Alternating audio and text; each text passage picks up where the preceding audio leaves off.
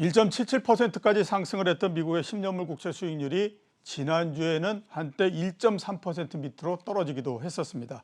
연초에 금리가 굉장히 빠르게 상승을 했기 때문에 일정하게 어느 정도 조정은 있지 않을까라고 예상을 했었는데요. 이렇게 금리가 크게 떨어질 거라고는 아마 누구도 생각하지 않았을 것 같다라는 생각이 듭니다. 미국 금리 이제 고점을 친 건지 한번 알아보도록 하겠습니다. 강승원 NH투자증권 연구원 전화로 연결되어 있습니다. 예, 연구원님 나오셨습니까? 네, 안녕하세요. 잘 들리실까요? 예, 잘 들리십니까? 네, 잘 들립니다. 저는. 예. 자, 미국 금리가 굉장히 크게 하락을 했는데요. 우선 이것부터 한번 좀 여쭤보도록 하겠습니다. 미국 금리가 지난 한 달 동안에 걸쳐서 크게 하락한 원인이 뭐가 있습니까? 일단 저희가 지난주에 워낙 많은 질문을 받았습니다. 아무래도 지표가 조금 부진하게 나오면서 미국채 금리가 급락하니까 이게 더블 딥을 반영하고 있는 건 아닌가에 대한 질문들을 많이 주셨는데요. 일단 저희가 미국 금리에 대해서 방향과 강도에 대해서 좀 나눠서 볼 필요는 있을 것 같아요.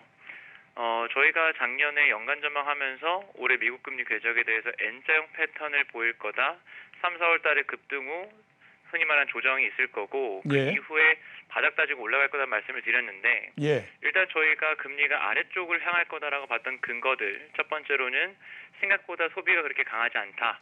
두 번째는 미국보다 앞서서 코로나를 끝난 중국을 보시면 어쨌든 중국이 미국채 금리보다 앞서서 어떤 모습들을 보이냐면 막상 코로나 끝나고 나니까 경기가 생각보다 그렇게 강하지는 않았거든요. 이제 그런 부분들이 반영되면서 미국 금리도 어느 정도 좀 조정을 보일 거다는 봤는데 그러면 지난주에 봤던 미국채 금리 하락이 다 경기적인 요인으로 설명이 되냐? 가격적으로는 아닌 것 같습니다. 저희가 생각하고 있는 펀더멘털 라인의 하단의 1.40 정도였고요.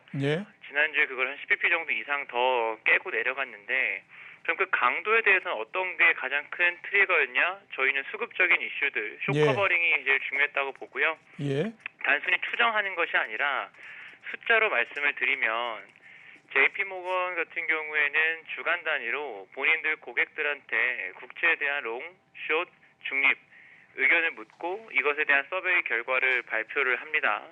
이걸 가지고 어떤 걸 좀 해볼 수 있었냐면 고객들이 숏 포지션 비중이 언제 제일 높았냐? 6월 FOMC 전에 가장 높았거든요. 근데 가장 높았다라는 것도 그냥 높았다 표현이 아니라 그 숏으로 대답하신 분들 그 비중을 Z스코어로 치환해 보면 거의 이제 3자에 다가옵니다. 어떤 이야기냐면 쉽게 말씀드리면 평균 대비 3표준 편차 위에 있었다. 즉 6월 FOMC 직전에 미국 국채 시장의 숏 포지션 비중이 극단값으로 확대됐다라는 이야기예요.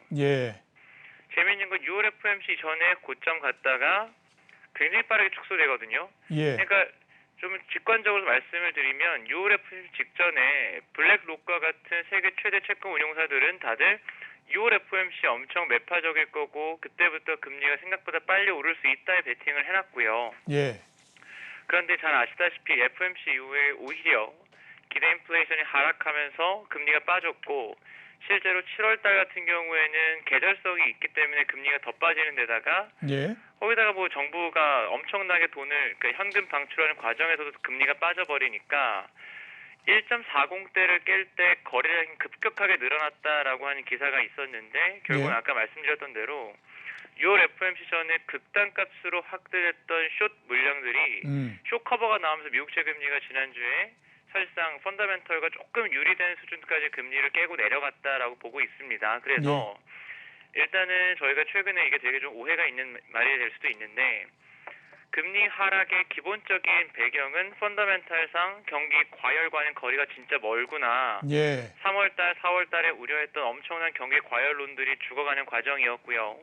그런데 지난주에 흔히 말하는 이평선을 이탈할 정도로의 강력한 금리 하락은 분명히 쇼커버가 있었다. 우리가 가격을 항상 같이 고민해야 되는 직업이기 때문에 지난주 미국채 금리 급락에 대해서는 좀 과도하다. 이것을 더블 딥을 해석하는 건 지양해야 한다. 저희는 펀더멘털 라인 하단이라고 하는 1.40 위로는 회복이 충분히 될 수 있다라고 보고요.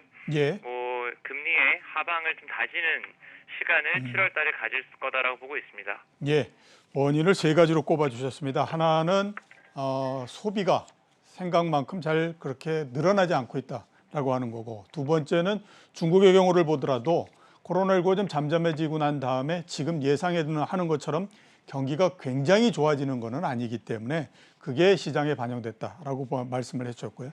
마지막으로 최근에 금리를 급격하게 내려버린 가장 큰 원인은 수급적인 측면에 있었는데 쇼커버링, 즉 그동안에 금리가 올라갈 거다라고 생각해가지고 이 선물을 팔고 했던 것들을 급격하게 걷어들이면서 생기는 효과다, 이렇게 말씀을 해주셨고요.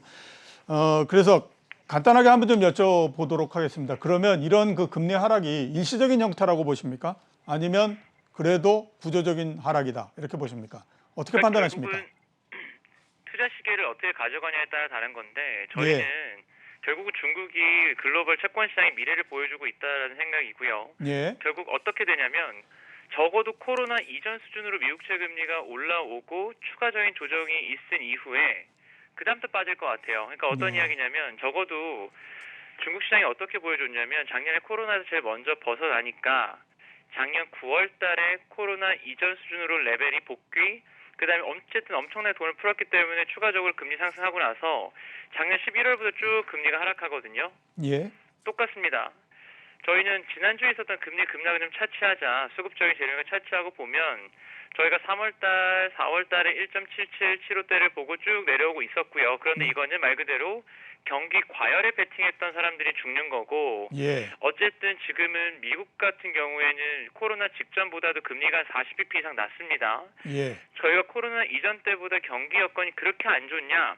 올해 미국 성장률이 6%가 넘고 내년에도 3%가 넘는 성장을 볼 거라고 기대하고 있기 때문에 저희가 당장 여기서 더블 딥을 갈 겁니다라는 말씀을 드리지 않는 이상 적어도 코로나 직전 레벨까지 복귀하는 것, 코로나 이전 수준으로 올라가는 것까지는 긴축까지도 아니고요. 그냥 그 정도 말고 정상화라고 봐요. 그래서 저는 여전히 4분기 때 미국채 금리가 올라올 거다. 내년 한 1월까지는 올라올 수 있다고 보는데, 다만 정말 금리가 올라오는 것이 경제가 엄청 좋아서 과열이라서가 아니라 말 그대로 적어도 코로나 이전 수준의 복귀 정도를 보고요. 내년도 1분기가 되면 어떤 고민을 할 것 같냐면, 저희가 올해 거의 모든 것의 기저효과를 목격하고 있다면 내년도에는 거의 모든 것의 역기저 효과를 경험하게 될 겁니다. 그리고 중국이 보여주듯이 생각보다 원자재 가격이 올라오는 거를 기업들이 쉽게 소비자한테 전가를 못해요. 그렇죠. 그럼 결국 내년도에는 생각보다 다시 한번 이게 생각보다 그 회복 강도가 강하지 않구나라는 의식들이 있을 것 같고요. 그래서 저희는 올해 연말 연초까지는 경제 정상화를 반영한 이자율 시장 정상화 관점에서의 금리 상승을 보고 과열이나 이런 게 아니라, 다만 막상 내년도 1분기쯤 가면 모든 것의 역기저 효과를 보면서 다시 한번 금리가 하향 안정화될 수 있다. 내년 1분기 정도의 해외 선진국 국채에 대한 투자 의견을 확대로 바꿀 생각입니다. 알겠습니다. 결국 일시적인 현상이다. 코로나19 이전으로서 복귀 이런 부분까지를 감안을 했을 때에 하반기에는 그래도 그 미국의 금리가 조금씩은 상승하지 않겠느냐, 이렇게 말씀을 해주셨고요.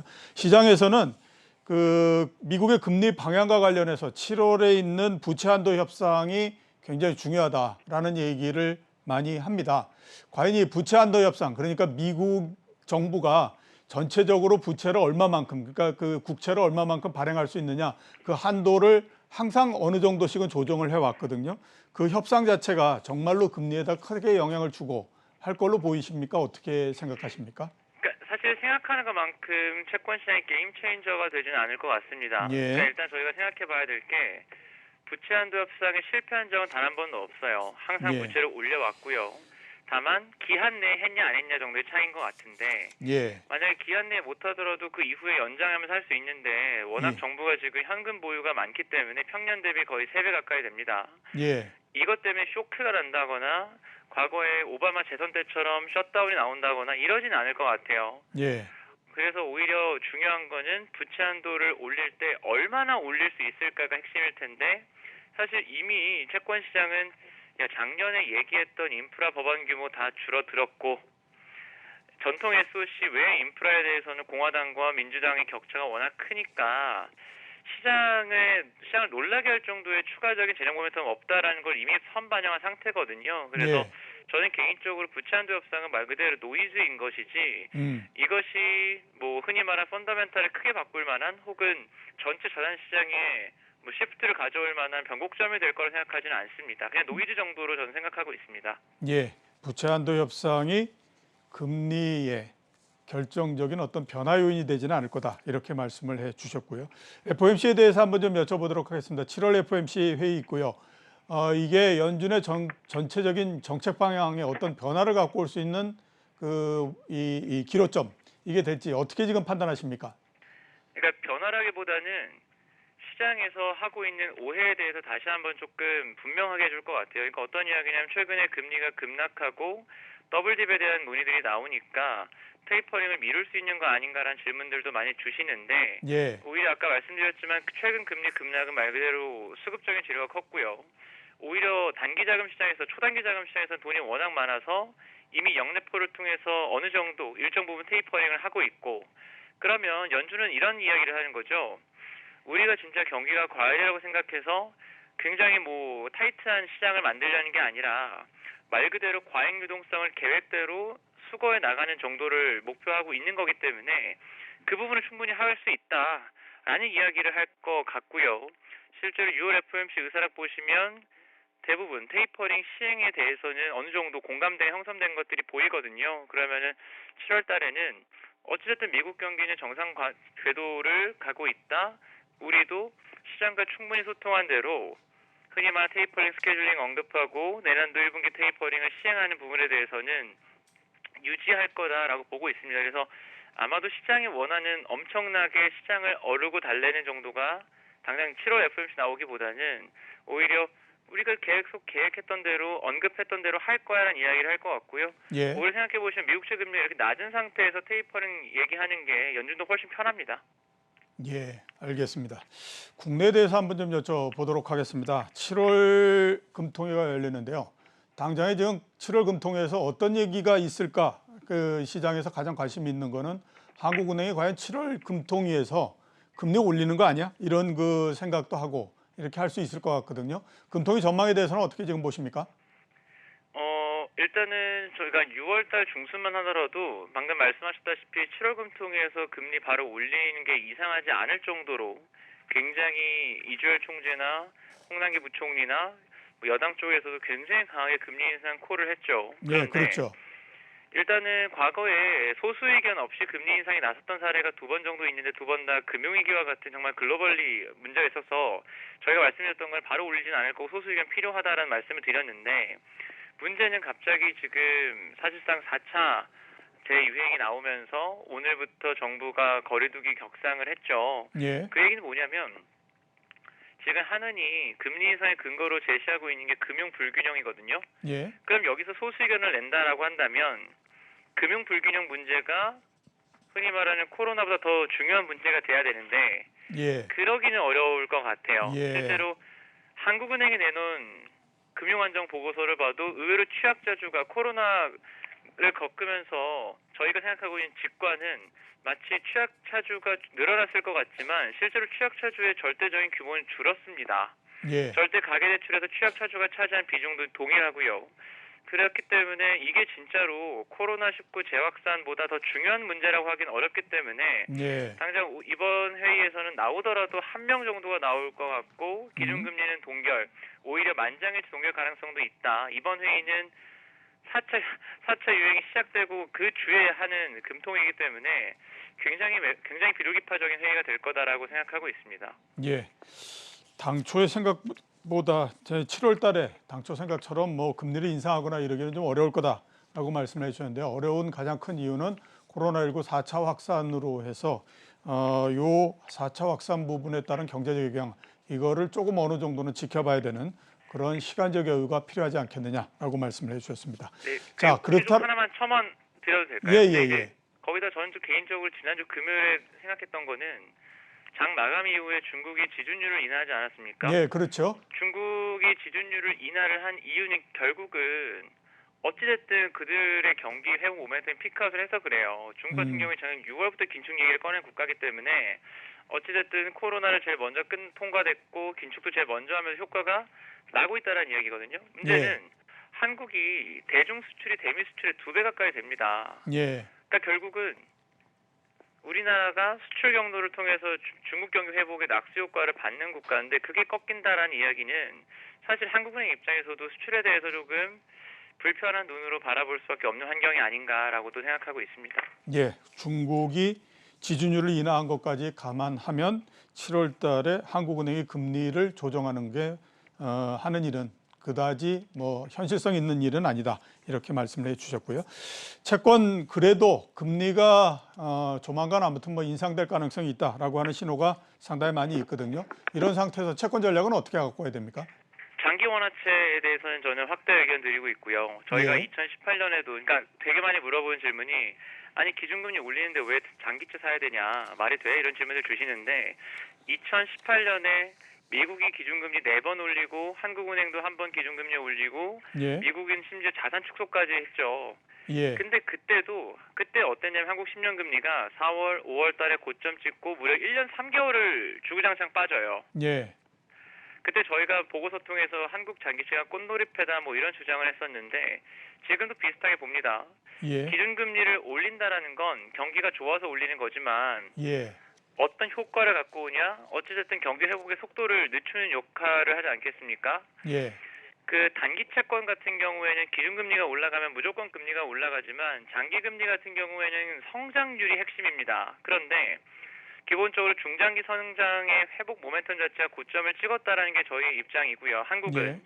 거기다가 금리 인상까지 더해지면 그게 오히려 경기 회복 속도를 더 줄일 거다. 2018년처럼 기준금리를 올리는 게 예. 수출 증가율 둔화와 맞물리면 장기 채권의 호재다라는 게 저희 입장이고요. 예. 그런 관점에서 저희는 채권 전략 관련해서는 한국 장기채에 예. 대해서 투자 의견을 확대로 생각하고 있습니다. 예, 알겠습니다. 장기채 확대를 전략으로 꼽아 주셨습니다. 연결해 주셔서 감사합니다. 네, 감사합니다. 예, 지금까지 강승원 NH투자증권 연구원이었습니다.